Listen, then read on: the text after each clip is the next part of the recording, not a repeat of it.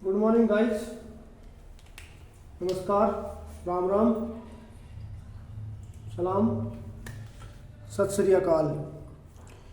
हम आपके सामने नंबर सिस्टम के पूरे चैप्टर की वीडियो बना करके समझा रहे थे, जिसका पार्ट 1, 2, 3 पार्ट मैंने पहले बना दिए हैं। ये पार्ट नंबर 4 है। पार्ट नंबर 4 में आप आज 151 से लेकर क्वेश्चन नंबर 200 तक के क्वेश्चन सीखेंगे। स्टार्ट करते हैं। Question number 151। पहला क्वेश्चन है, सबसे छोटी अभाज्य या रूढ़ संख्या क्या है?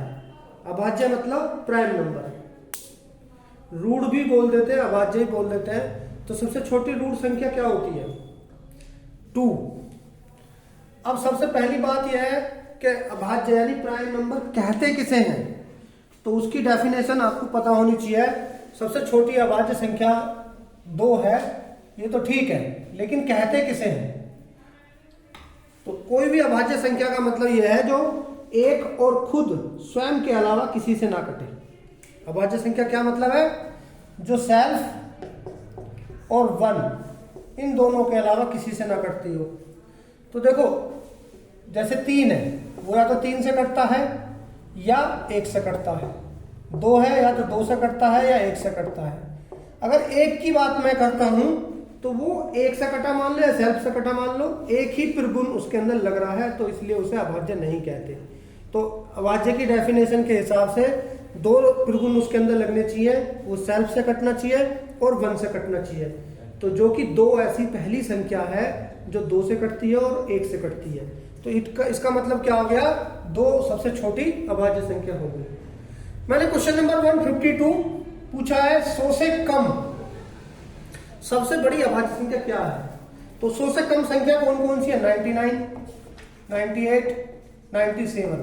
तो 99 तो दिख रहा है मुझे 9 से कट रही है, 3 से भी कट रही है। 98 2 से कट रही है, लेकिन 97 किसी से नहीं कट रही है। तो 100 से कम सबसे बड़ी अभाज्य संख्या क्या है? 97। ऐसा प्राइम नंबर जो 100 से लेस है और बड़ा है, तो वो 97 है। अब चूंकि ये सवाल खड़ा हो गया कि यदि कोई प्राइम नंबर दे दिया गया तो मुझे कैसे पता चलेगा कि ये प्राइम नंबर है? तो इसके आधार पर मैंने क्वेश्चन नंबर 153 पूछा भी है कि 437 भाज्य है या अभाज्य है, ज्ञात करो। तो किसी भी अभाज्य संख्या को ज्ञात करने के लिए वो अभाज्य है या नहीं, हमें क्या करना चाहिए? एक बहुत सिंपल तरीका है। इसके पास, ये देखो किसके पास की कंप्लीट स्क्वायर संख्या है। 21 का स्क्वायर होता है 441। तो इसका मतलब ये 21 के स्क्वायर से छोटी संख्या है। तो आपने 437 भाज्य है या अभाज्य ये देखने के लिए सभी दुनिया भर की संख्याओं से काटने की आवश्यकता नहीं है। केवल 21 से छोटे अभाज्य जो भी हैं उनसे काट के देख लो। तो 21 से छोटे अभाज्य 2, 3, 5, 7, 11, 13, 17 और 19 है। अगर इनमें से वो किसी संख्या से कट रही है तो वह संख्या भाज्य है, नहीं कट रही है तो अभाज्य है, यानी प्राइम है। तो यहां पर 2 से कटने का रूल हम आपको पहले क्लास में बता भी चुके हैं, फिर भी देख लीजिए। आप जानते हैं जो इवन नंबर होता है वो 2 से कट जाता है, यानी जिसके लास्ट में 0, 2, 4, 6, 8 लिखा हो वो 2 से कट जाता है। 3 से काटने का रूल हम जानते हैं, तो ये 2 से तो नहीं कटेगा। 3 से काटने का हम रूल जानते हैं कि उसके अंकों का योग 4, 3, 7, 7, 14। 14 3 से नहीं कटता, अंकों का योग 3 से कट रहा है तो 3 से कट जाता है। 5 से काटने का रूल होता है लास्ट में 0 या 5 हो। 7 से काटने का रूल होता है, मैंने रूल बताया भी था कि आप लास्ट वाली का डबल करो, 7 दूनी 14, उससे पहले वाली 43 में से घटा दिया। 43 में से 14 घटाने पे कितना बचा? 29। 29 7 से नहीं कटता है, या फिर 7 से काट के देख लो। 11 का रूल ये है कि पहला, तीसरा, पांचवें का जोड़, दूसरे, चौथे, छठे के जोड़ का जो डिफरेंस है वो 0 या 11, 22 आए। तो यहाँ पर 7 4 11, 11 में से 3 घटाऊंगा 8 आ रहा है, तो जो 0 या 11 नहीं है तो ये 11 से भी नहीं कटेगा। 13 से काट के देख लो, 13 3 39, 4 बचा 47, 13 3 39, फिर भी नहीं कट रहा है। 17 से भी काट के देख लो, 17 दूनी 34, 9 बचे 17 पंजे 85, 17 से भी ये नहीं कट रहा है। देखो मुझे अगर क्वेश्चन ही करना होता तो मैं उधर से लग जाता और आपको आंसर तुरंत दे देता, लेकिन मुझे चूंकि आपको बेसिक कंसेप्ट क्लियर करते हुए बहुत कम समय में ये 50 क्वेश्चन समझाने हैं। 19 से देखो, 19 दूनी 38, 5 बचा 19 30 57, ये नंबर 19 से पूरा पूरा डिविजिबल है। तो इसका मतलब ये क्या है, भाज्य, ये अभाज्य नहीं है। अगर ये 19 से भी नहीं कटता, मान लो 37 की जगह कोई और नंबर ही होता, 431 होता, तो ये अभाज्य हो जाता, क्योंकि बाकी किसी से भी 4 3 7 1 8 नहीं कट रहा होता। ठीक है, तो इस प्रकार आप जान गए डिविजिबल और नॉट डिविजिबल यानी प्राइम नंबर कैसे निकालना है। जिसका पूछा जाए उसका स्क्वायर निकालो उसके पास का, उससे छोटे जितने भी प्राइम नंबर है केवल उनसे डिवाइड करके देख लो, अगर उनसे डिविजिबल है तो भाज्य है, नहीं है तो प्राइम है। क्वेश्चन नंबर 154, तो जैसा मैंने कहा एक ही अंक से बनी 6 अंकों की संख्या, जैसे कि होती है 4 को 6 बार लिख दिया, 5 को 6 बार लिख दिया, 6 को 6 बार लिख दिया, 7 को 6 बार लिख दिया, वह संख्या सदैव किन किन संख्याओं से विभाजित होगी। तो आप ये गांठ मान लीजिए, ऐसा हो नहीं सकता कि वो ना कटे। वह संख्या 3 7 11 और 13 से सदैव कटेगी। किससे कटेगी, 3 7 11 और 13 से सदैव कटेगी, यदि कोई संख्या एक ही अंक को 6 बार लिख करके बनाई गई हो। चाहे आप काट के देख लो, अब आपको लग रहा होगा 7 से कटेगी नहीं कटेगी, देख लेते हैं। 7 6 42, 2 24, 7 21, 3 24, 34 हो गया, 7 चौक 28, 6 64 हो गया, 7 9 63, 1 बचा 14 हो गया, 7 दूनी 14। तो ये सभी संख्याएं 3 7 11 13 से सदैव कट जाती हैं। अक्सर वो पूछ भी लेते हैं कि किस बड़ी संख्या से कटेगी, तो वो 11 7 77 गुना 13 करते हैं, इन तीनों की गुना करने पर 1001 आता है, तो वो 1001 से तो हमेशा कटेगी कटेगी। फिर मैंने पूछा है 2 अंकों को मिलाकर बनी 6 अंकीय संख्या, जैसे 23 23 23, भाई 2 अंक जैसे 2 3 ले लिए तो 3 बार लिख के 23 23 यानी 6 अंकों की संख्या हो गई, जैसे 47 47 47, यह सदैव किससे विभाजित होगी। तो अगर वो जो ऑप्शन देता है आपको देखना तो उससे है, लेकिन अगर मैं इसे ऐसे करके लिखना चाहूं कि 23 के आगे 4 0, 23 के आगे 2 0 और 23, ये संख्या वही है। 23 में कॉमन ले लूं तो 10,000 ये और 100 ये और 1 ये, 10,101, वो संख्या हमेशा किससे कटेगी, 10,101 से। क्वेश्चन नंबर आगे चलते हैं, क्वेश्चन नंबर 156। 3 अंकों को मिलाकर बनी 6 अंकीय संख्या किन किन संख्याओं से विभाजित होगी। अब जैसे अभी क्वेश्चन चल रहा था उसी आधार से 3 अंकों को मिलाकर जो बनेगी वो 345 345 इस प्रकार की बनेगी। तो 345 मैं इसको 345,000 प्लस 345 लिख सकता हूं, तो 345 1000 प्लस 1 यानी 1001 से कटती है। अभी मैंने बताया कि 7 गुना 11 गुना 13, 11 7 77 गुना 13 1001 ही होता है। तो इसका मतलब 3 अंकों को अगर मिलाकर मैं बनाऊंगा कोई संख्या तो वो भी 7 11 और 13 से सदैव कटेगी। ठीक है, आगे चलते हैं क्वेश्चन नंबर 157 की तरफ। 1000 से छोटी कितनी संख्याएं हैं जो 10 और 13 की गुणज हो। तो 1000 से छोटी तो 1000 संख्याएं कुल। तो अब 1000 संख्याओं में ऐसी कितनी है जो 10 और 13 की गुणज हो। तो इन दोनों का क्या है, एलसीएम ले लीजिए। 10 और 13 का एलसीएम क्या आएगा, 130। तो आप 1000 की सीधी 130 में भाग दे दीजिए, कितना होगा, 13 7 91, 910, 90 बच गया। तो मोस्ट प्रोबेबली 7 संख्याएं ऐसी होंगी जो 13 और 10 दोनों से कट जाएंगी। तरीका तो और भी है, लेकिन ये सिंपल डायरेक्ट तरीका मैंने इसलिए बताया जिससे आप आसानी से कर सको। वो ये भी कह सकता है कि 100 से 300 के बीच में ऐसी कितनी संख्याएं जो 10 और 13 की गुणज हो। तो 100 से 300 के बीच में 200 संख्या होगी ना, तो आप 2 से में 13 की भाग दे दो।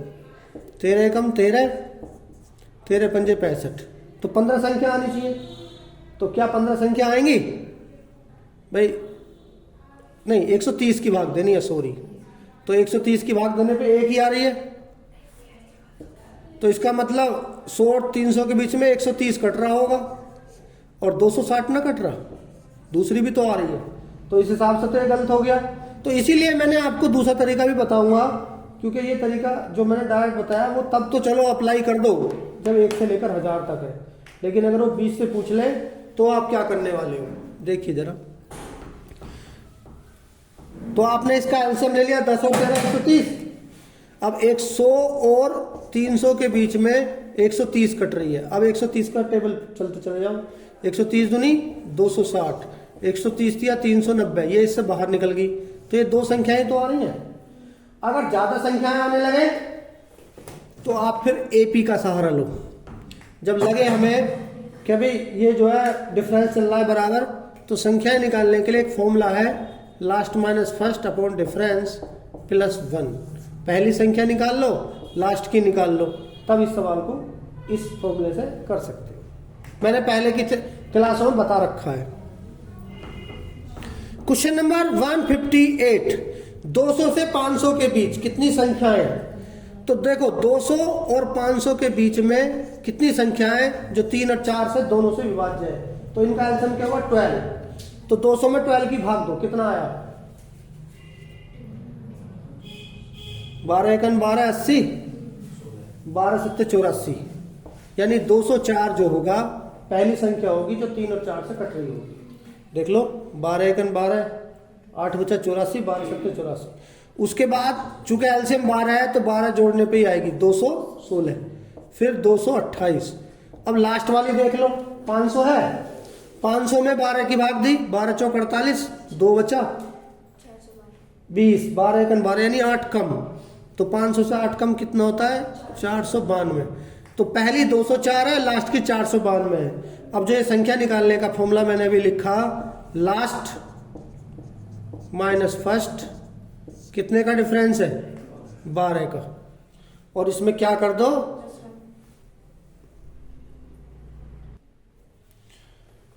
एक जोड़ दो।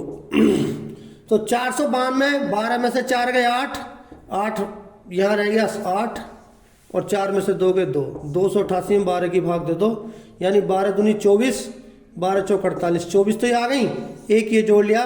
तो 25 नंबर ऐसे होंगे जो 200 और 500 के बीच में 3 और 4 के गुणज होंगे, या 3 और 4 से पूरी तरह से डिविजिबल होंगे।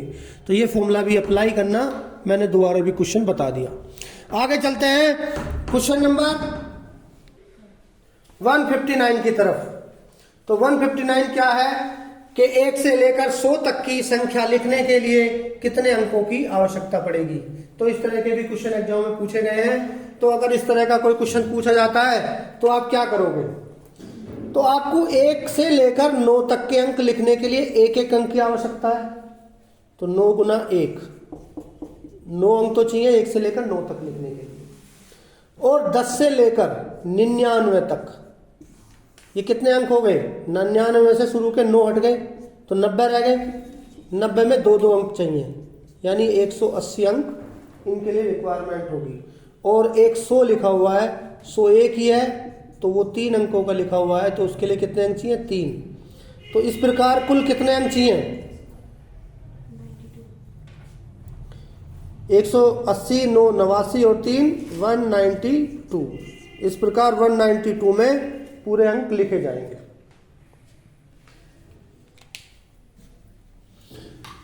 क्वेश्चन नंबर नेक्स्ट 160, ऐसी सबसे छोटी संख्या क्या होगी जिसमें कोई छोटी संख्या है जिसमें मैं 13 से गुना करूं तो गुणनफल के सभी अंक 4 हो, लेकिन 4 कहां तक हो ये नहीं बोला गया।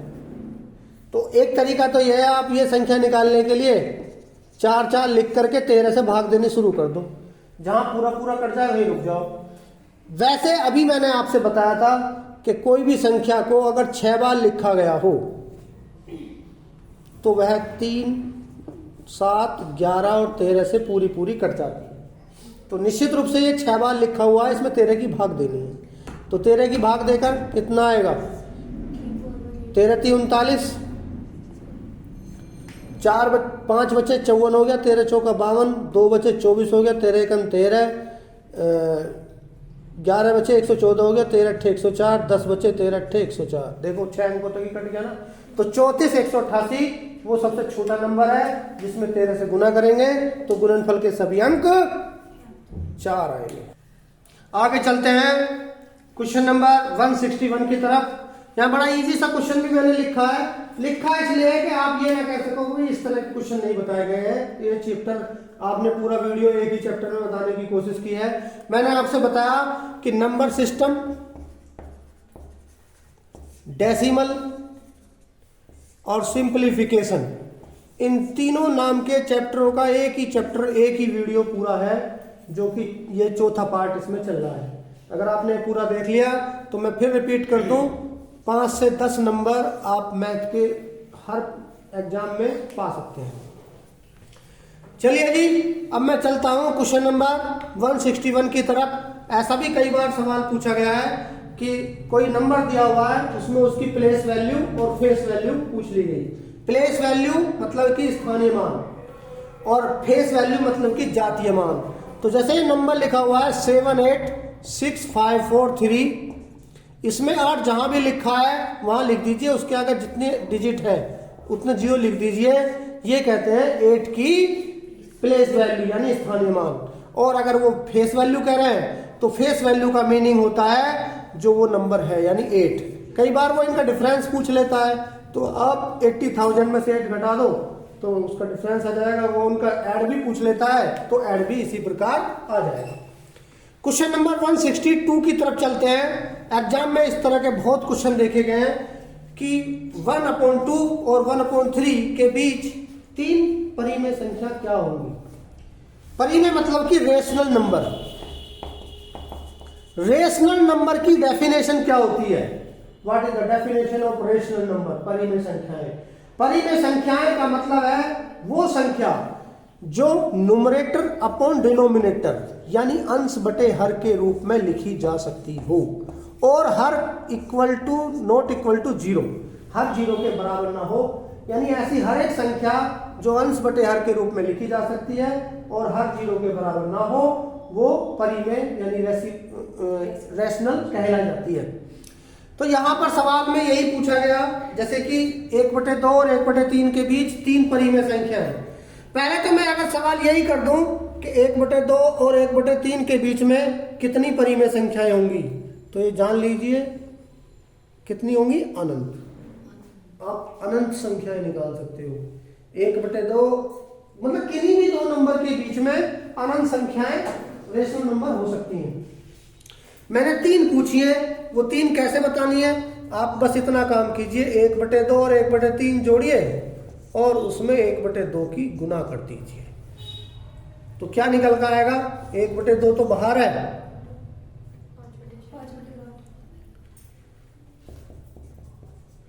3 एकम 3, 3 दूनी 6 एलसीएम और 3 2 5, 5/6 यानी ये आ जाएगी 5/12। तो पहली संख्या क्या निकल गई? 5/12। इस प्रकार 1/2 और 1/3 इन दोनों के बीच में कौन सी परिमेय संख्या होगी? 5/12 होगी। तो अब आपने और निकालनी है, तो अब क्या कीजिए, एक इन दोनों के बीच निकाल दीजिए, एक इन दोनों के बीच निकाल दीजिए और जो भी आएंगी उनके बीच मतलब अनंत संख्याएं निकाल सकते हो। तो पहली आपने पता चली, जोड़ो और 1/2 की गुना कर दो। अब मैं इन दोनों के बीच निकालना चाह रहा हूं, तो 1/2 की गुना हो जाएगी 1/2 प्लस 5/12 में। अब ये एलसीएम लिया मैंने 12, 1/2 तो बाहर है ही, यहाँ 2 छिक्का 12, 6 और ये 5, 11/12 यानी ये संख्या क्या हो जाएगी? 11/24। तो एक संख्या और हो गई 11/24। तो इसका मतलब क्या हुआ? 1/2, 11/24, 5/12 और 1/3। अब इन दोनों के बीच में कितनी संख्या आ गई? 2। आपने एक और निकालनी है, चाहो तो इन्हें जोड़कर लिख दो, चाहे इन्हें जोड़कर कर दो, इन दोनों के बीच में भी निकाल सकते हो। चलो मैं इन दोनों के जोड़ के बीच में निकालता हूँ। 1/2 गुना 11/24, 5/12 को मैं 10/24 ही ना लिख दूं। 11 10 21, 21/48 संख्या क्या हो जाएगी 21/48, तो वो इन दोनों के बीच में लिखी जा सकेगी। तो इन दोनों के बीच में कितनी निकल गई 3 निकल गई, 11/24, 21/48 और 5/12। अब आपको कितनी भी निकालनी है, कोई से भी 2 पकड़ो, उनके बीच में 1/2 कर दो गुना में, तो वो संख्याएं सारी रेशनल नंबर होंगी। अब मैं नेक्स्ट क्वेश्चन लिखा मैंने 163 कि इनमें से रेशनल और इरेशनल नंबर छांटो, परिमेय और अपरिमेय छांटो। तो ये मैंने इसीलिए लिखा है जिससे कि आप परिमेय और अपरिमेय को अच्छे से जान सको। तो यहां पर पहली संख्या क्या लिखी है पाई। पाई की जो वैल्यू हम 22/7 जब रखते हैं, तो मैं तुम्हें बता दूं ये तो अंश बटे हर के रूप में होता है, यानी ये तो परिमेय होता है। तो जरा जान लीजिए कि 22/7 तो परिमेय है, लेकिन पाई की जो एक्चुअल वैल्यू है वो 3.14 समथिंग समथिंग समथिंग है। यानी इसको मैं पॉइंट हटा के 1 लिख भी दूं तो 0 कहां तक लिखूं समथिंग समथिंग, तो ये कभी भी अंश बटे हर के रूप में पूरा नहीं लिखा गया है। तो इसका मतलब क्या हुआ, पाई एक इरेशनल नंबर है, लेकिन 22/7 परिमेय है, क्योंकि 22/7 जो है वो अप्रोक्सीमेट वैल्यू है, ना कि एग्जैक्ट पाई की वैल्यू। आगे चलिए, क्वेश्चन नंबर लिखा गया है इसी के अंदर 0.3 परिमेय है या अपरिमेय। तो यहां से पॉइंट हटाओगे 1 लिख दोगे, 0 लिख दोगे। 3/10 अंश बटे हर के रूप में लिखा गया, परिमेय हो गया। 0.44 यानी 4 के ऊपर बार, 4 इनफाइनाइट तक है, और बार का मतलब क्या होता है बटे में उतने ही 9, तो 4/9 क्या है अंश बटे हर के रूप में है, इट मीन्स ये रेशनल नंबर है, परिमेय है। आगे है √9 का रूट क्या होगा 3, वैसे तो ±3 होगा, इसके बटे में 1 लिख सकता हूं, तब भी तो अंश बटे हर के रूप में लिखा गया। तो इसका मतलब किसी भी जिसका कंप्लीट रूट लिया जा सकता हो वो संख्या एक रेशनल नंबर होती है। लेकिन अगर 5 का रूट निकालेंगे तो 5 का रूट तो 2.23 समथिंग समथिंग आएगा, तो यहाँ पॉइंट हटा के 1 0 समथिंग समथिंग लगेगी, तो ये पूरा नहीं लिखा जाएगा। इसका मतलब जिसका रूट कंप्लीट नहीं निकाला जा सकता वो एक इरेशनल नंबर यानी अपरिमेय संख्या होगी। ठीक है, आगे लिखा 22/7, तो मैंने अभी बताया था वो अंश बटे हर के रूप में है, यानी वो एक परिमेय संख्या है, यानी वो एक रेशनल नंबर है। आगे लिखा है 0, तो 0 को भी 0/1 लिखा जा सकता है। भाई हर 0 नहीं होना चाहिए, अंश बेशक 0 हो जाओ, तो ये भी एक परिमेय यानी रेशनल नंबर है। 0.23 के ऊपर बार, तो मैंने इस तरह की सिचुएशन भी आपको पढ़ाई हुई है पहले पार्टों में। इस 23 में से आप बिना बार वाला घटा लीजिए, जितने डिजिट के ऊपर बार है उतने 9, जो बिना बार वाली डिजिट है उनके लिए 0, यानी ये क्या लिखा जा सकता है 21/90, ये कट सकता है 3 7 21 यानी 7/30, तो ये अंश बटे हर के रूप में लिखा हुआ है। इसका मतलब ये क्या है रेशनल नंबर है। अब 0.55 है, पॉइंट हटाओ 1, 4 ही तो 5 है, तो 4/0 लिख देंगे, इसे काट देंगे, तो ये अंश बटे हर के रूप में लिखा जा सकेगा। इसका मतलब ये परिमेय है। तो यहाँ पर अपरिमेय कौन है, √5 और पाई, ये 2 ही अपरिमेय है, बाकी सब ये रेशनल नंबर है। अब मैंने एक क्वेश्चन लिखा, मैंने देखा है बहुत सारे एग्जामों में इस तरह का क्वेश्चन भी पूछा गया है। वैसे तो ये जादुई अंक है, जहां तक मुझे ध्यान है एक मैथ के वैज्ञानिक कहूंगा मैं तो उन्हें हुए हैं रामानुजन, ये उनका मैजिक नंबर है 2 की पावर 5 × 9 की पावर 2 और 2592। ऐसे अक्सर सवाल पूछ ले जाते हैं कि किसी बच्चे को लिखने के लिए बोला गया ये, उसने ये लिख दिया, तो उसने कितना कम या गलत या कितने परसेंटेज गलत या सही लिख दिया, ऐसा पूछा जाता है। तो ये होता क्या है, 2 की पावर 5 का मतलब क्या हो गया 2 की 5 बार गुना, 2 दूनी 4 दूनी 8 दूनी 16 दूनी 32, और 9 की स्क्वायर का मतलब 81, 32 सेकंड 32 का 2 का हंस लगे 3, 32 अट्ठे 256 और 3 259, यानी ये इसके बराबर ही होता है। तो ये एक ऐसा नंबर है, पावर में लिख रखा है, लेकिन अगर किसी ने गलती से ऐसे भी लिख दिया तो वो उसके इक्विवेलेंट ही है। 2 की पावर 5 × 9 की पावर 2 बराबर क्या होता है 2592, 2592। अक्सर एग्जाम में क्वेश्चन नंबर 165 की तरफ चलता हूं, ऐसे क्वेश्चन भी देखे गए हैं। 999 की पावर 98/999 सही, 98/99 × 99, तो देखो वैसे तो इस तरह के सवाल का बड़ा सिंपल सा आंसर है, बड़ा सिंपल सा आंसर है। देखो क्वेश्चन नंबर 165, इस तरह के क्वेश्चनों पर बहुत सारे शॉर्टकट बने हुए हैं, इतने सारे शॉर्टकट हैं कि बच्चा खुद भी कंफ्यूज हो जाता है मैं क्या करूं। तो लेकिन यहां पर मैं आपको देखो शॉर्टकट की बात करूं तो मैं तो ऐसे भी लिख सकता हूं, जितना ये लिखा हुआ है ना इससे एक कम लिख दूंगा 98, और ये पूरे के पूरे ऐसे लिख दूंगा। अगर इन दोनों में एक का डिफरेंस है तो ऐसे ही लिख दूंगा। अगर मान लो यहां पर 97 होता तो मैं एक कम करके लिख दूंगा। ऐसे ही इस वाले में भी करूंगा, 999 की जगह 998 लिखा और ये पूरा का पूरा ऐसे लिख दिया।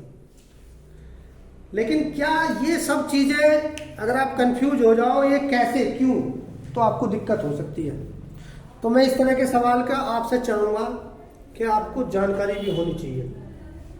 भाई जो ये लिखा हुआ है इसकी इसमें गुना होनी है, ये जुड़ना है, बटे में ये और गुना ये, इसका मतलब ये तो कट ही जाएगा, तो इसका मतलब आपको ये आनी चाहिए। तो 9 वाले डिजिट की गुना करने के लिए आपको मैं एक क्वेश्चन बता दूं। जैसे मान लो ऐसा कोई क्वेश्चन है, ये गुना करो, तो आप क्या करो 999 के आगे जितनी डिजिट है उतनी जीरो लिखो और ये 878 इसमें से घटा दो, आंसर आ जाएगा। 10 में से 8 गए 2, 9 में 7 2, 9 में से 8 गए 1, 8 9 9। इस तरीके से कर सकती हूँ। तो यहाँ भी मैं ऐसे ही कर लूँ, 999 के आगे 299 है तो मैंने 2 जीरो लगाए और 99 घटा दिया, ठीक कितना आया? 10 में से 9 गया 1, 9 में से 9 की 0, 999 0 1 और 98 इसमें जोड़ना है, तो 99999 इसका जवाब आ जाएगा।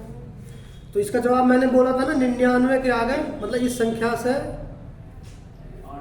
यहाँ 8 है ना, ये घटाया तो यहाँ 8 है और 98 जोड़ा तो 998 99, यानी इस संख्या में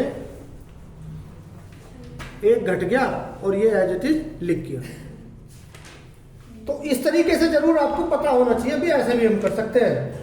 अच्छा चलो कोई बात नहीं, मैं इसके शॉर्टकट आपको अलग से एक वीडियो में दिखाऊंगा, बहुत टाइप के शॉर्टकट है। क्वेश्चन नंबर 167 की तरफ चलता हूं ज्यादा टाइम वेस्ट ना करते हुए। तो यहां पर मैं देख रहा हूं ये इसमें ब्रैकेट भी है, स्मॉल ब्रैकेट भी है, बिग ब्रैकेट भी है और एक लीनियर ब्रैकेट भी है, और ये जो है बोर्ड मास का सवाल है। तो बच्चे बोर्ड मास का जब सवाल करते हैं तो बहुत टाइप के रूल लगाते हैं, लेकिन मैं आपको बिल्कुल स्पष्ट कर दूं बोर्ड मास का मतलब क्या है। B for bracket. अब ब्रैकेट कई होते हैं, एक बड़ा होता है, एक मझला होता है, एक छोटा होता है, एक लीनियर होता है। जब ब्रैकेट कई सारे होते हैं आपको ये पता होना चाहिए, सबसे पहले लीनियर ब्रैकेट सोल्व होता है, फिर स्मॉल, फिर ये मझला वाला, मिड वाला और ये बड़ा बिग वाला। जब भी कोई क्वेश्चन इस तरह का सोल्व कर रहे हो तो सबसे पहले लीनियर, फिर छोटे के अंदर की चीजें, फिर मझले की, फिर बड़े की, फिर ओ फॉर ऑफ, ऑफ यानी का, और डी फॉर डिवीजन यानी भाग। इस का मतलब गुना होता है और ये का वाली गुना इस डिवीजन से पहले करनी है। बहुत से बच्चे क्या है गुना का चिन्ह लगा के छोड़ देते हैं और बाद में गुना के साथ कर लेते हैं तो वो गलत हो जाता है। एम फॉर मल्टीप्लाई, फिर आप गुना कीजिए, फिर जो चीजें प्लस की उन्हें ऐड कर लो, सब्ट्रैक्ट की उन्हें ऐड कर लो और ऐड वाली में से सब्ट्रैक्ट वाली घटा दो, ठीक है। तो इसके आधार पर मैं चलूं, सबसे पहले यहां पर मुझे दिखाई दे रहा है लीनियर ब्रैकेट, इसके नीचे क्या लिखा हुआ 8 और 9। तो बहुत से बच्चे क्या करेंगे -8 + 9 + 1 बताएंगे, नहीं 8 और 9 क्या है, 8 और 9 जुड़ रहे हैं, तो यहां इसका मतलब 17 हो जाएगा। यहां पे मैं क्या कर दूंगा 70, इस चिन्ह से मेरा कोई लेना देना नहीं। अब स्मॉल ब्रैकेट आ गया, उसके अंदर क्या है 56 में से 17 गए, तो कितना बचा 39। तो मैं इसको हटाऊंगा और यहाँ पे 39 लिख दूंगा। अब ये मझला ब्रैकेट आ गया, इसके अंदर है 42 और 39, इन दोनों को जोड़ूंगा और 81 आ जाएगा, ये 81 लिख दूंगा एक साथ। अब यहाँ लिखा है 1/3 का 81 प्लस 108। तो अब मुझे ये पहले का सॉल्व करना है। का मतलब ये गुना है और 3 से 81 27 पर कटा, तो 222 माइनस 27 प्लस 108 ये बड़े ब्रैकेट के अंदर रह गया। अब कई बार क्या है ब्रैकेट के अंदर भी ये मान लो चीजें लग रही हैं, तो मैं चलूंगा बोर्ड मास के हिसाब से ही। तो 27 और 108 कितने हो गए 135, तो ये पूरा हट जाएगा और ये 135 इसमें से घट जाएगा। तो ये प्लस का है माइनस का घटा दो, 12 में से 5 गए 7, 11 में से 3 गए 8, ये 87 आंसर आ जाएगा। अब मैं आगे चलता हूं क्वेश्चन नंबर 168 की तरफ। तो 168 क्या कहता है, इस तरह का भी क्वेश्चन एग्जाम में अक्सर देखा गया है कि वो ऐसे पावर लगा कर दे देता है 3 की पावर n प्लस 1 माइनस 3 की पावर n बटे 3n माइनस 3 की पावर n माइनस 1। तो चाहो तो आप इसमें से जो कम कम हो उसे कॉमन लेकर के सोल्व कर सकते हो, लेकिन अगर ये बराबर मात्रा में है, देखो प्लस माइनस के चिन्ह लगे हो ऊपर नीचे और यहाँ पावर है यहाँ भी पावर है दोनों जगह, तो आप कुछ ऐसा भी कर सकते हो जो आपको इससे बिना समस्या लिए सोल्व हो सकता है। यानी n की जगह आप छोटी से छोटी पावर रख लो। तो यहाँ पर छोटी पावर भाई घटाना भी है मुझे, तो 1 रख रही है, मुझे 1 रख लेता हूँ। तो n की जगह अगर मैं 1 रख दूँ तो 1 प्लस 1 यानी ये तो 3 की पावर 2 हो जाएगा, ये 3 की पावर 1, नीचे 3 की पावर 1 माइनस 1 माइनस 1 यानी 0। 3 की पावर 2 का मतलब क्या है 9 माइनस 3 बटे 3 में से 3 की पावर 1 माइनस 1 क्या होगी 0, 3 की पावर 0 का मान होता है 1, तो 6 बटे 2 यानी ये आ जाएगा 3। ये तो मैंने आपको n की जगह 1 रख के पुट करके बता दिया। आप चाहो तो दूसरा तरीका भी जान लो। इस n प्लस 1 और इस n में छोटी पावर है ये, क्योंकि ये एक इससे ज्यादा है, तो 3 की पावर n मैंने यहाँ कॉमन लिया, तो यहाँ 3 की पावर 1 बच गई माइनस ये पूरा का पूरा बाहर चला गया, बटे यहाँ छोटी है 3 की पावर n माइनस 1, तो यहाँ से भी क्या बच गया 3 माइनस 1, तो ये तो पूरा कट गया। अब 3 की पावर n बटे 3 की पावर n माइनस 1 ये ऊपर जाए घट जाएगी माइनस n प्लस 1, तो n से n कट गया, 3 की पावर 1 का मतलब क्या होता है 3। तो आप ये ऐसे भी निकाल सकते हो, लेकिन मैं सलाह दूंगा अगर ये बराबर मात्रा में चल रहा है तो आप n की जगह 1 या 2 रख के या 0 रख के काम चला सकते हो। 1 2 ही रखो, अगर नेचुरल नंबर बोला है तो ज़्यादा जरूरी है, क्योंकि नेचुरल नंबर क्या होते हैं जो 1 से शुरू होते हैं। अब यहाँ पे क्वेश्चन नंबर 169, जो 169 क्वेश्चन लिखा हुआ है, ये क्वेश्चन नंबर 169, लगातार 4 प्राकृतिक संख्याओं के गुणनफल में क्या जोड़े की पूर्ण वर्ग बन जाए। तो जरा ध्यान दीजिए, लगातार 4 संख्या मतलब 1 2 3 4 ले लो, चाहे 3 4 5 6 ले लो, चाहे 2 3 4 5 ले लो, तो इनकी गुना 1 दूनी 2 3 6 चौक 24, एक जोड़ने पर बनना है, 4 3 12 पंजे 60 छिक्का 360, एक जोड़ता हूं तो 361 बनना है, 25 बनना है, ये 5 का स्क्वायर है, 19 का स्क्वायर है। तो इसका मतलब हमेशा 4 लगातार संख्याओं की गुना करने पर एक जोड़ने पर वो कंप्लीट स्क्वायर परफेक्ट स्क्वायर बन जाएगा। क्वेश्चन नंबर 160 की तरफ चलते हैं। क्वेश्चन नंबर 170, मान लीजिए कोई व्यक्ति है, कोई लड़का है, उसने कोई कंपटीशन पास किया, उसकी ज्वाइनिंग हो जाती है, और जो चूंकि अभी देखिए पे कमीशन बदलते रहते हैं, लेकिन ये जिस समय का पे कमीशन के हिसाब पे क्वेश्चन पूछा गया है, आप इस आधार पर जानिए कि 7500 से 50 8200 तक, फिर 100 9000 तक, इस पे स्लिप पे स्केल में उसकी ज्वाइनिंग होती है। तो मैं ये कह रहा हूँ 18 साल बाद उसका वेतन क्या होगा। तो इनिशियली उसका वेतन 7500 पे काउंट होगा, ये बेसिक होता है एक्चुअल में, इसके अलावा अलाउंस भी होते हैं, वो अलग से होते हैं। तो हम बेसिक की बात कर रहे हैं, उसका बेसिक जो है वो 7500 है मूल वेतन।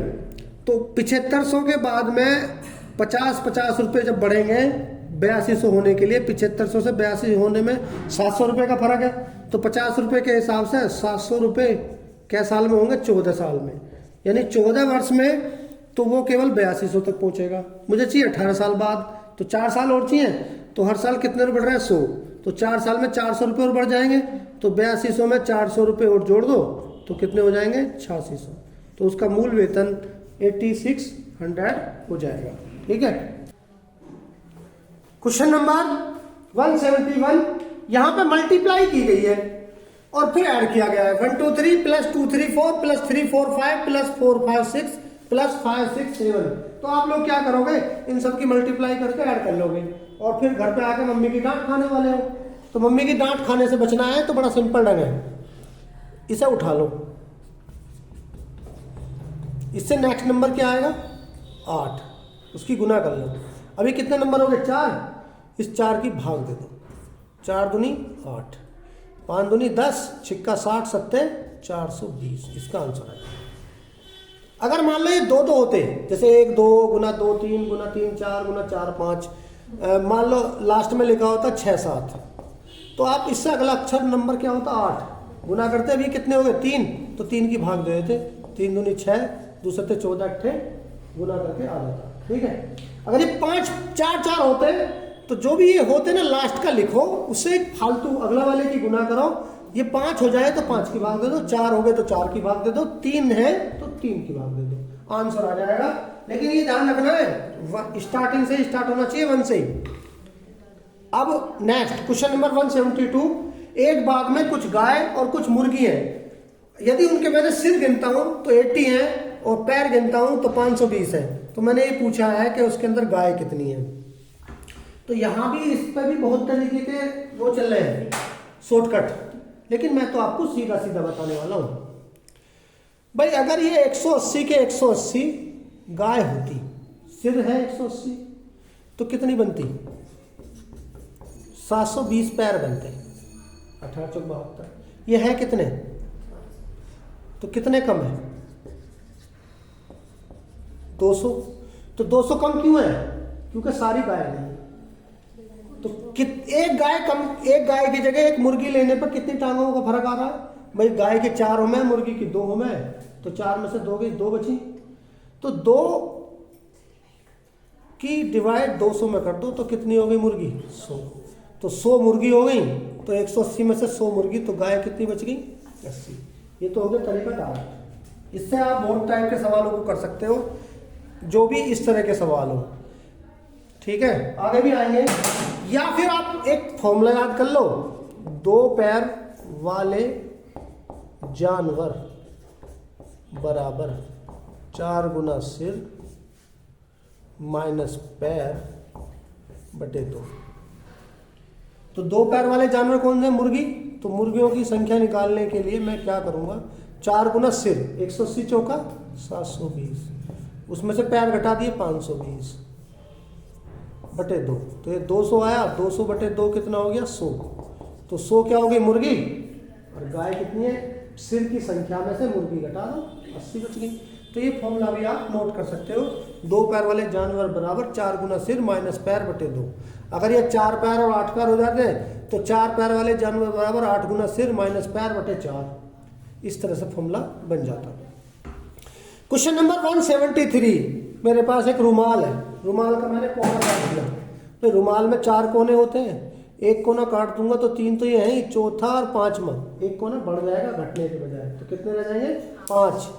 आगे देखिए क्वेश्चन नंबर 174, यदि 15 दोस्त आपस में एक दूसरे को उपहार बांटते हैं, तो भाई हर एक जो भी दोस्त है, ये दोस्त है, ये सभी को उपहार देगा, तो खुद को छोड़ करके 15 के 15 14 को उपहार देंगे, तो 15 गुना 14, यानी इस तरह के सवाल में जब हर एक आदमी एक दूसरे को कोई चीज दे रहा है, यानी उसमें किसी का कोई छूट नहीं रहा है, तो आप n इंटू n-1 की मल्टीप्लाई कर लो। 15 गुना 14 कितना होता है 210, तो 210 उपहारों की आवश्यकता पड़ेगी। लेकिन अगर सवाल ऐसा हो जाए, यदि 12 टीमें, क्वेश्चन नंबर आगे चलता हूं मैं। अब इस तरह का कोई भी सवाल है, मान लो कहने लगे कि 10 लड़कियां आपस में एक दूसरे को गले मिल रही है, तो कितनी बार गले मिला जाएगा 10 गुना 9 90, यानी अगर मान लो 20 बच्चे हैं आपस में एक दूसरे को पेन बांट रहे हैं, तो 20 गुना 19 380 पेनों की आवश्यकता पड़ेगी, यानी उससे एक कम की गुना कर दीजिए। जहां पर वो सभी को दे जा रहा है। लेकिन अगर क्वेश्चन ऐसा हो जाए, यदि 12 टीमें आपस में मैच खेले तो कुल कितने मैच खेलेंगे? अब 12 टीमें हैं, इन दोनों का मैच हो गया, मतलब एक टीम ने इससे खेला, इससे खेला, इससे खेला, इससे खेला, इससे खेला। जब ये खेलेगा तो ये इसे छोड़ देगा ना, इनसे ही तो खेलेगा। जब ये खेलेगा तो इन दोनों को छोड़ देगा, इन दोनों से खेलेगा, तीनों से। तो जब इस तरीके में कंडीशन बन रही हो, छोड़ा जा रहा हो, यानी वहां पर कमी आएगी और वो चीजें आधी हो जाएंगी। तो वहां पे क्या करोगे, एक कम की गुना करके उसका आधा कर दोगे, n इंटू एन माइनस 1/2। यानी 12 टीम है तो 12 की 11 में गुना करो, 2 की भाग दे दो, तो 66 मैच कुल होंगे 12 टीमों में। अगर मैं कहूं आपस में हाथ मिलाते हैं, क्वेश्चन नंबर 176, तो ये भी वही बात है भाई, 20 दोस्त है, जिन 2 के मिल गए वो दोबारा तो मिलाएंगे नहीं, उनमें से एक तो रहना ही है, तो ऐसे छोड़ा जाना है। तो इसमें भी क्या करना है, एक कम की गुना करके 2 की भाग, यानी कितने हाथ मिलाए जाएंगे, 190। तो इस तरीके के बहुत सवाल होते हैं। आगे देखिए 177, यदि एक तालाब में प्रत्येक मिनट में फूल दुगने हो जाते हैं, यदि वह तालाब 20 मिनट में फुल भर जाता है तो आधा भरने में कितना समय लगेगा? भाई 20 मिनट में पूरा भर गया, तो उससे पहली वाली मिनट में जब ये दुगना हुआ होगा तो एक किसका दुगना हुआ होगा, आधे का। उससे पहले वाली मिनट यानी 19 मिनट में या आधा, अगली 1 मिनट में फूल दुगने हो रहे हैं तो 20 मिनट में वो आधे का दुगना 1 में हो जाएगा। तो बहुत से बालक 10 मिनट जवाब देते हैं, इसका जवाब है 19 मिनट। ठीक है, अब इस तरीके से क्वेश्चन नंबर 178 की तरफ चल। क्वेश्चन नंबर 178, इस तरह के क्वेश्चन भी एग्जाम में देखा गया है। ये क्वेश्चन जरूरी नहीं है मैथ में पूछा जाए, रीजनिंग में पूछ लेते हैं, लेकिन ये चैप्टर नंबर सिस्टम के अंदर ही है, सिंप्लीफिकेशन के अंदर ही है, तो मैंने ये चैप्टर के अंदर लिया। एक कीड़ा है 50 मीटर ऊंचे खंबे पर ऊपर चढ़ना शुरू करता है और वह 1 मिनट में 5 मीटर तो ऊपर जाता है और 2 मीटर फिसल जाता है। तो इसका मतलब 3 मीटर ही वो 1 मिनट में चढ़ पा रहा है। तो मैंने पूछा है कितना समय लगेगा उसे ऊपर तक पहुंचने में। तो बहुत से बच्चे पता नहीं किस किस तरीके से सवालों को करते हैं। इसके लिए हमारे पास फॉर्मूला भी है, लेकिन मैं आपको फॉर्मूले में नहीं उलझाऊंगा, ना शॉर्टकट नाम लेऊंगा, ऐसा सिंपल ढंग बताऊंगा, और शॉर्टकट भी है, टाइम भी बचेगा। क्या जितना भी ऊंचा खंबा है 50 मीटर है, 1 मिनट में वो कितने ऊपर चढ़ता है, 5। तो आप सबसे पहला स्टेप ये कर लो, उस 50 में से वो 5 घटा लो, मतलब लास्ट की 1 मिनट छोड़ दो, तो 45 मीटर बचा। आप इस केवल 45 मीटर का हिसाब लगाओ कि 1 मिनट में वो 5 जाता है और 2 नीचे आ जाता है, तो 3 मीटर जा रहा है। तो 1 मिनट में 3 मीटर, तो 45 मिनट 3 के हिसाब से क्या मिनट लगेंगे, 15 मिनट। तो ये तो सिंपल सा हिसाब हो गया कि वो 15 मिनट में 45 मीटर चला जाएगा। अब 16वें मिनट में वो 50 ऊपर पहुंच जाएगा। जब वो ऊपर पहुंच गया तो वो फिसलो मत फिसलो, हमारे लिए तो वो ऊपर पहुंच गया। तो कितने मिनट में ऊपर पहुंचा, 16 मिनट। अब ऐसा भी क्वेश्चन होता है वो क्वेश्चन नंबर 179 की तरह से कि भाई 1 मिनट में छिपकली 3 मीटर दीवार पर ऊपर जाती है तथा अगले 1 मिनट में 1 मीटर फिसल जाती है। यानी 1 मिनट में तो वो 3 मीटर ऊपर गई और अगले मिनट में ऐसा भी तो हो सकता है फिसल गई। तो दीवार 20 मीटर ऊंची है, तो नीचे से ऊपर तक जाने में छिपकली कितना समय लेगी।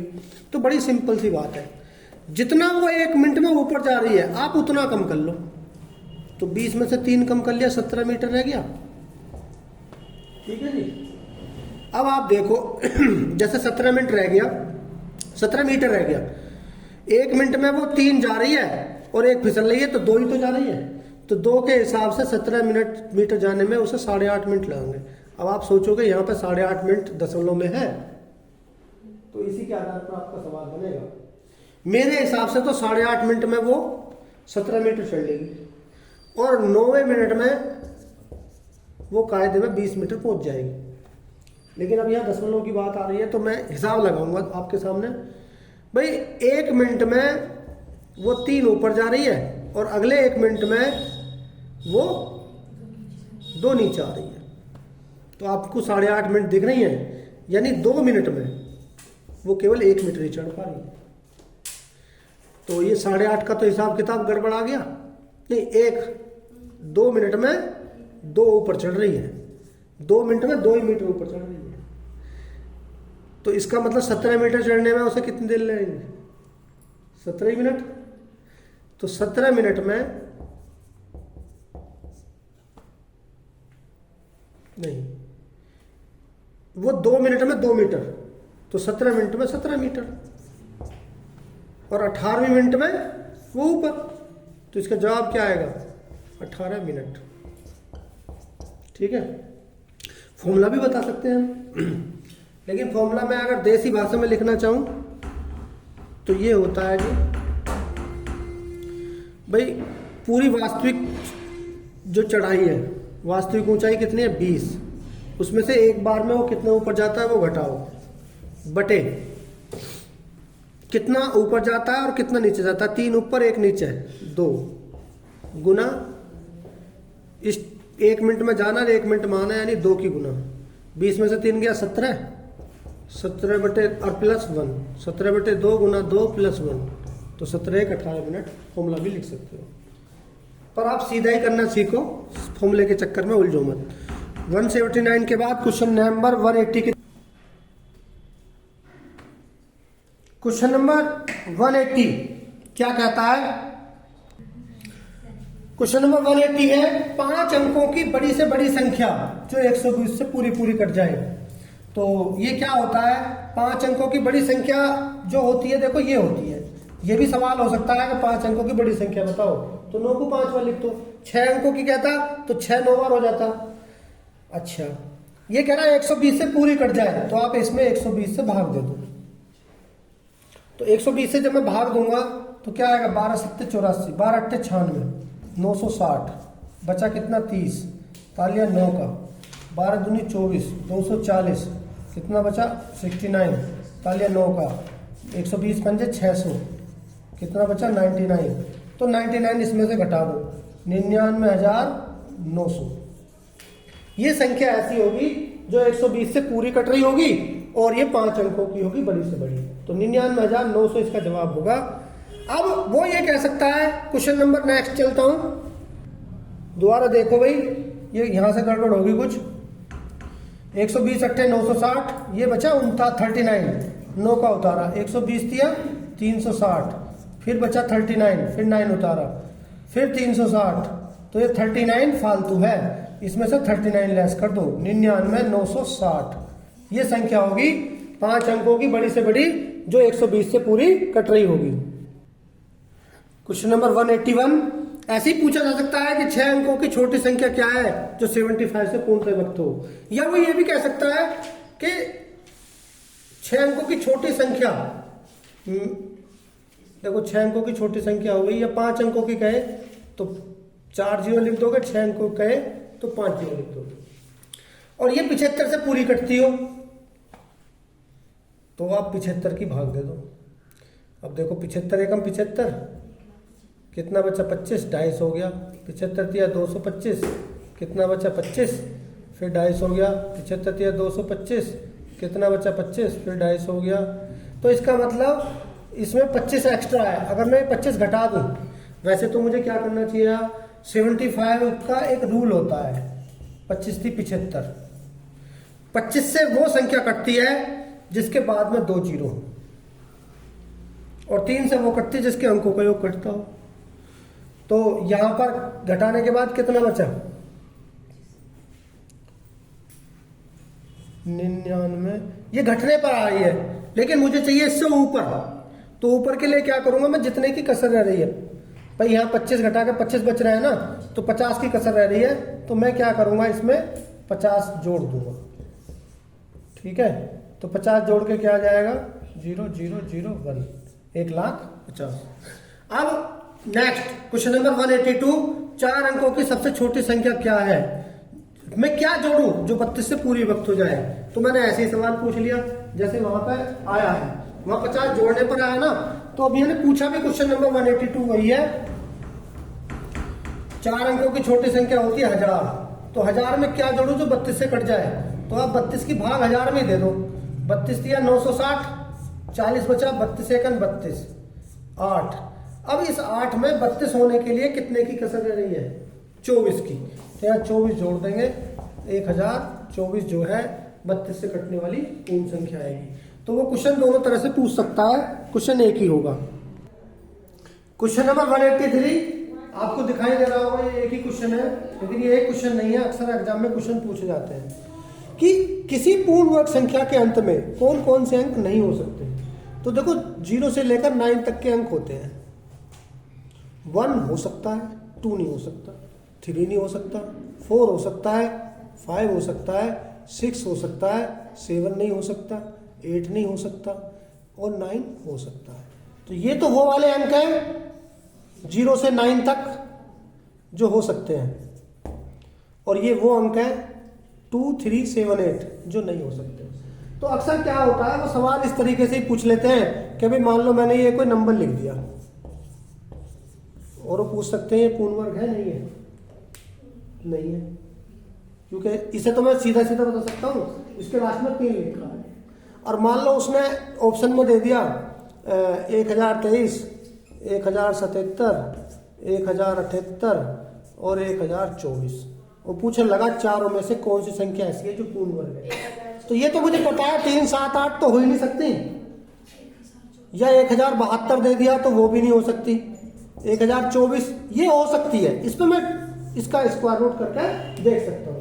ठीक है, तो इस तरह का क्वेश्चन हो सकता है। क्वेश्चन नंबर 184,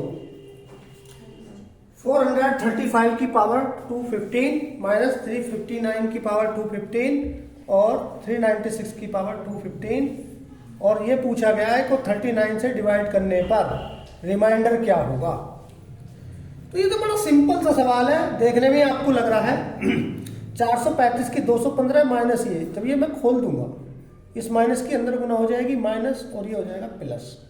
तो देखो ये दोनों तो उड़ गए, इनमें तो कुछ बचा ही नहीं। बचा क्या? 435 की पावर 215 माइनस 396 की पावर 215।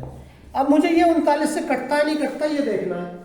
तो वो संख्या, जो भी कोई संख्या x की पावर n माइनस वाई की पावर n में लिखी हो, वो सदैव x माइनस वाई से विभाजित होगी यदि n एक ओड नंबर है। तो n यहाँ पर 215 है जो कि ओड नंबर है, तो जब ये ओड नंबर है तो ये x माइनस वाई से विभाजित होगा। तो 435 में से 396 घटाऊंगा तो कितना आ रहा है? 39।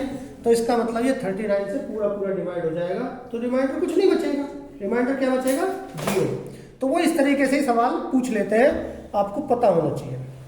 क्वेश्चन नंबर 185 में क्या है कि 50 मीटर लंबी सड़क है, उसके दोनों ओर 50 मीटर की दूरी पर 5 मीटर की दूरी पर पेड़ लगाए गए हैं। तो कुल कितने पेड़ लगाए जाएंगे?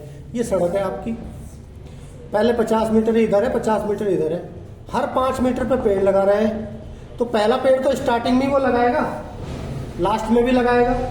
तो 50 मीटर का ये अंतराल जो है ना, 5 धाम 50, आप सोचोगे 10 पेड़ लगेंगे, जबकि नहीं, 10 पेड़ तो 5 के गैप पे ये वाले लगाएंगे। ये जो पहला पेड़ लगाएगा वो भी काउंट करना है। तो इसका मतलब क्या होता है, जितना भाग देख आ रहा है उसमें जोड़ दो। 5 की 50 में भाग दी 10 आया, एक पेड़ शुरू का काउंट करो, कुल 11 पेड़ लगेंगे। तो 11 पेड़ लग गए और 11 इधर लग गए, तो 11 11 22 लग गए। वो सवाल इस तरह से मैं पूछ करके इस तरीके से भी पूछ सकता है कि 50 मीटर लंबी कोई जगह है और उसमें कुल 11 पेड़ लगे हैं, तो 2 पेड़ों के बीच की दूरी क्या है? तो जितने पेड़ लगे हैं ना, उसमें से आप एक पहले वाला पेड़ घटा दो, कितने रह गए? 10 की 50 में भाग दे दो। तो 10 की 50 में भाग देंगे तो कितना आ जाएगा? 5। इसका मतलब 2 पेड़ों के बीच की दूरी क्या होगी? 5 मीटर। क्वेश्चन इस तरीके से भी पूछा जा सकता है। अब मैं नेक्स्ट चलता हूं क्वेश्चन नंबर 186 की तरफ।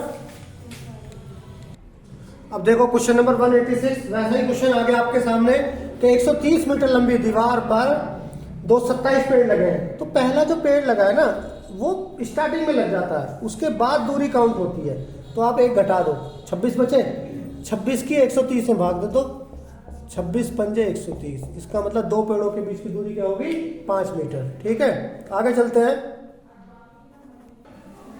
क्वेश्चन नंबर 187, इस प्रकार का क्वेश्चन है कि यदि एक विद्यालय में छात्रों को कतारों में खड़ा किया जाता है तो प्रत्येक कतार में 15 छात्र आते हैं और 20 कतार बनती है। 20 कतार, प्रत्येक में 15, तो टोटल कितने हो गए?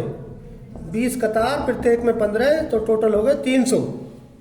अब वो क्या कह रहे हैं कि अभी यदि प्रत्येक कतार में 10 हो जाए तो 20 कतार बन जाएंगी, 25, तब भी तो 300 ही पूरे करने, तो कितनी कतारें होंगी? 30। बस क्वेश्चन हो गया। आगे चलता हूं मैं। Question number 188। एक पेपर है, प्रश्न पत्र है, उसमें सही उत्तर देने के 5 अंक मिलते हैं और गलत के 2 अंक काट लिए जाते हैं। तो छात्र को 290 नंबर मिले हैं, तो प्रश्नों की सही संख्या कितनी है?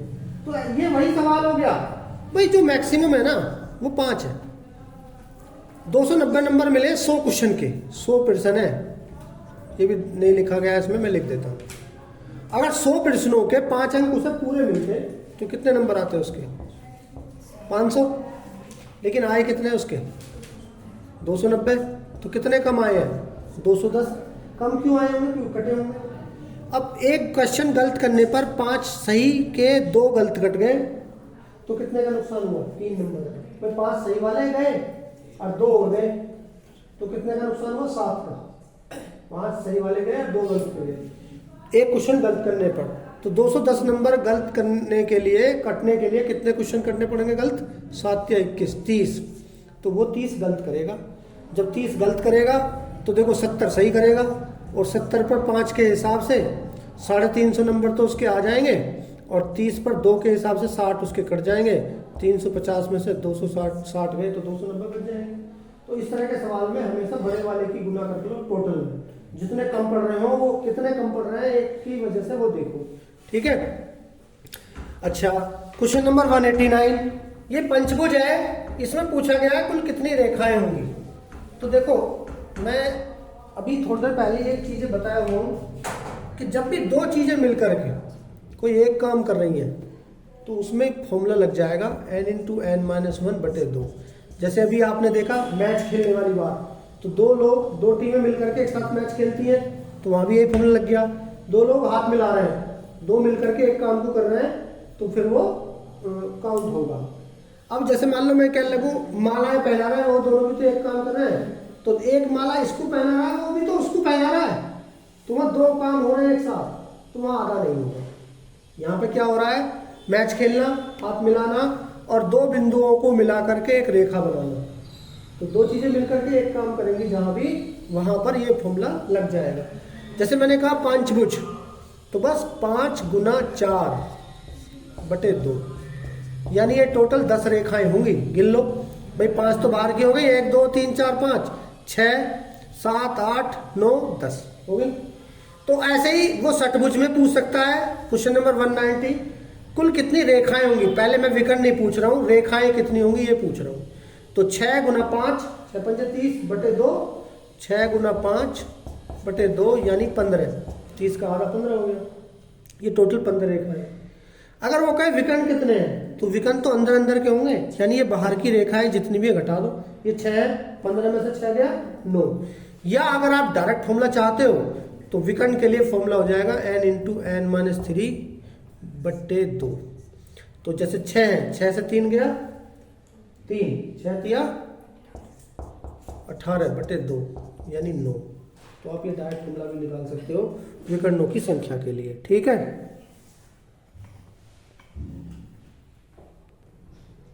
क्वेश्चन नंबर 191, यहां पे लिखा गया है 3 क्रमागत प्राकृतिक संख्याओं का योग 48 है। मतलब ये 3 संख्या है जिनका योग है 48।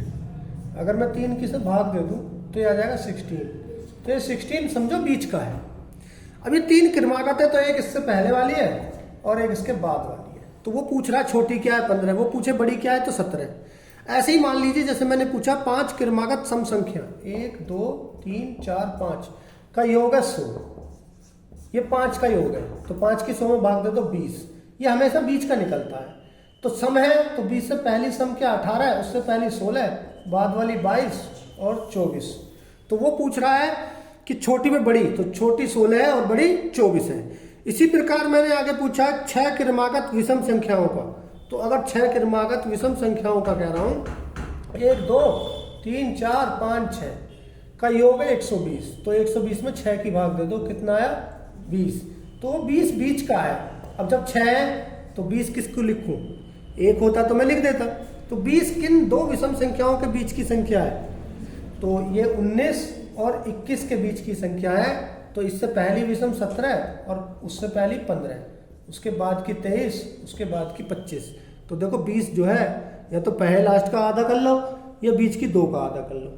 तो यहाँ पर वो पूछ रहा है छोटी बड़ी, तो छोटी 15 और बड़ी 25 होगी। इसी प्रकार क्वेश्चन नंबर 194 देखिए, ये कह रहा है कि दो लगातार दो संख्याओं का गुणनफल, मतलब दो संख्या मैंने गुना करी उनकी तो 66 42 आया, तो छोटी संख्या पूछ रहा है। तो आप क्या कर लो, इसका वर्गमूल कर लो। कैसे करते हैं, 8 अट्ठे 64, 2 बचा 42 उतार लिया, 16 कितना जा रहा है इसमें, 16 एकन जा रहा है। तो इसका मतलब ये 81 के पास का वर्ग है। तो 81 ले लो एक और एक दूसरी 82 ले लो। 81 गुना 82 करोगे तो 66 42 आएगा। वे संख्या क्या हो गई, मतलब वर्गमूल करने पे 81 आ रही है, छोटी आ रही है, तो उससे अगली क्या होगी 82। तो इसी तरह से आगे देखिए, लगातार दो विषम संख्याओं का गुणनफल 84 63 है।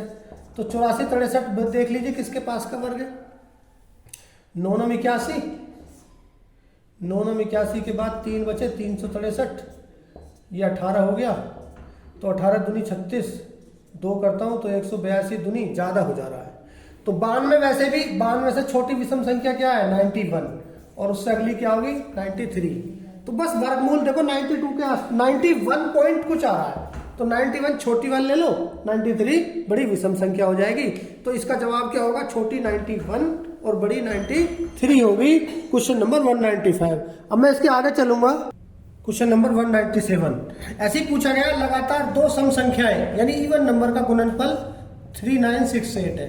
तो बस सभी सवालों में वही तरीका है, आप रूट निकाल लीजिए। 368, 6 और 6 12, 36 ज्यादा हो जाएगा, 62 आ रही है, 62 दशमलव आ रही है ना। तो पूरी कितनी है 62, तो छोटी 62 है और उससे बड़ी सम संख्या क्या होगी 64। अगर 62 में 64 की गणना करोगे तो 39 68 ही आएगा। क्वेश्चन नंबर 197, वो क्या कहता है, तीन प्राकृतिक संख्याओं के वर्गों का योग, इनका वर्ग करा गया 434 है। तो छोटी बड़ी बताओ। तो 434 जो है 3 की भाग दे लो, क्या आया 1, 3 एकम 3 13, 3 चौक 12, 14 3 चौक 12, 144 दशमलव कुछ हो रहा है। तो 144 किसके पास का वर्ग है 12। तो 12 आप बीच में लिख दो, उससे पहली 11, उसके बाद की 13। अब देखो आप 11 का वर्ग कितना है 121, 12 का वर्ग कितना है 144 और 13 का वर्ग कितना है 169। जोड़ो इन्हें, 9 4 13, 14 का 4 का हंस लगा 1, 4 2 6 6 12, 13 लगा 1, तो 3 434 हो गया ना। तो इसमें सबसे छोटी बड़ी संख्या क्या होगी 11 छोटी है और बड़ी 13 है, जिनके वर्गों का योग 434 है।